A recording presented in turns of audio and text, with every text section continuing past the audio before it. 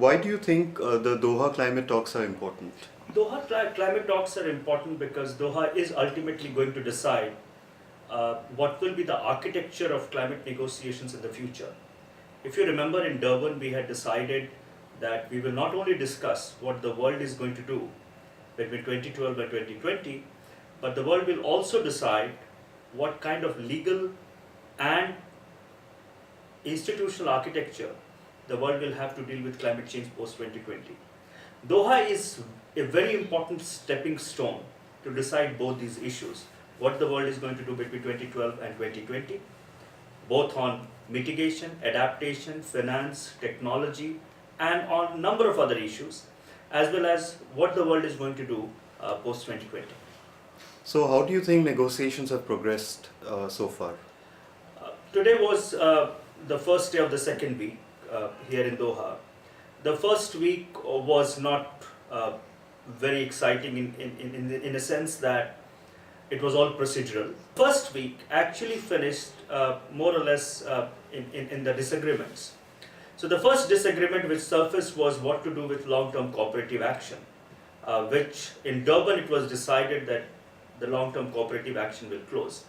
From developing countries' point of view, closing of long-term cooperative action means proper culmination of all the issues of long-term cooperative action, which includes finance, technology, adaptation, as well as mitigation. As far as developed countries are concerned, for them, finishing off long-term cooperative action essentially means whether you have agreed on an issue or not, we are going to finish it. That disagreement is right now the key disagreement that is between developed and developing countries.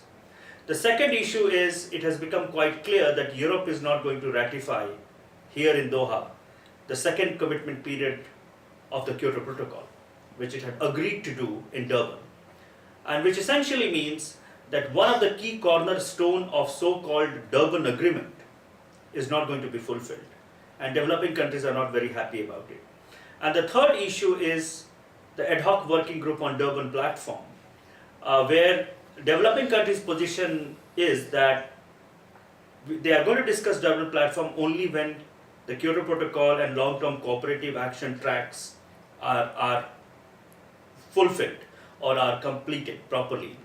Whereas developed countries are saying that irrespective of what happens in Kyoto Protocol or long-term cooperative action, we must start discussing and debating Durban platform. So that agreement also stays. I just want to give you a sense that now negotiations have become so complicated. In fact, the countries are negotiating 7 separate tracks, and it is becoming impossible for a lot of developing countries actually to cope up with different negotiations.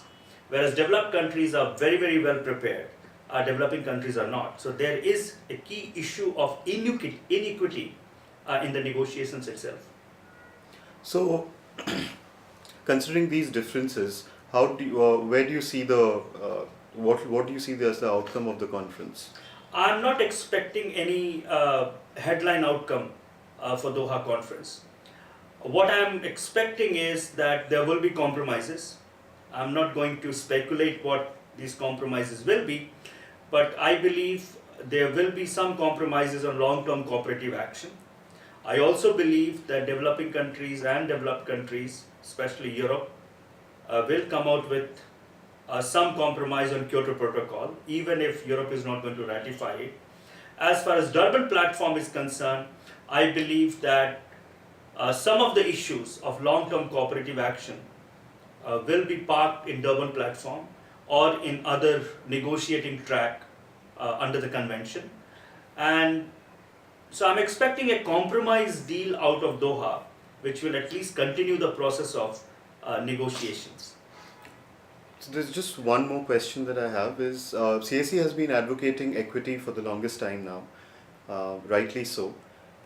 How would you respond or react to Jonathan Pershing's recently reported quote that the atmospheric space cannot be divided, equitably, and he cannot sell the idea of equity back in the Congress?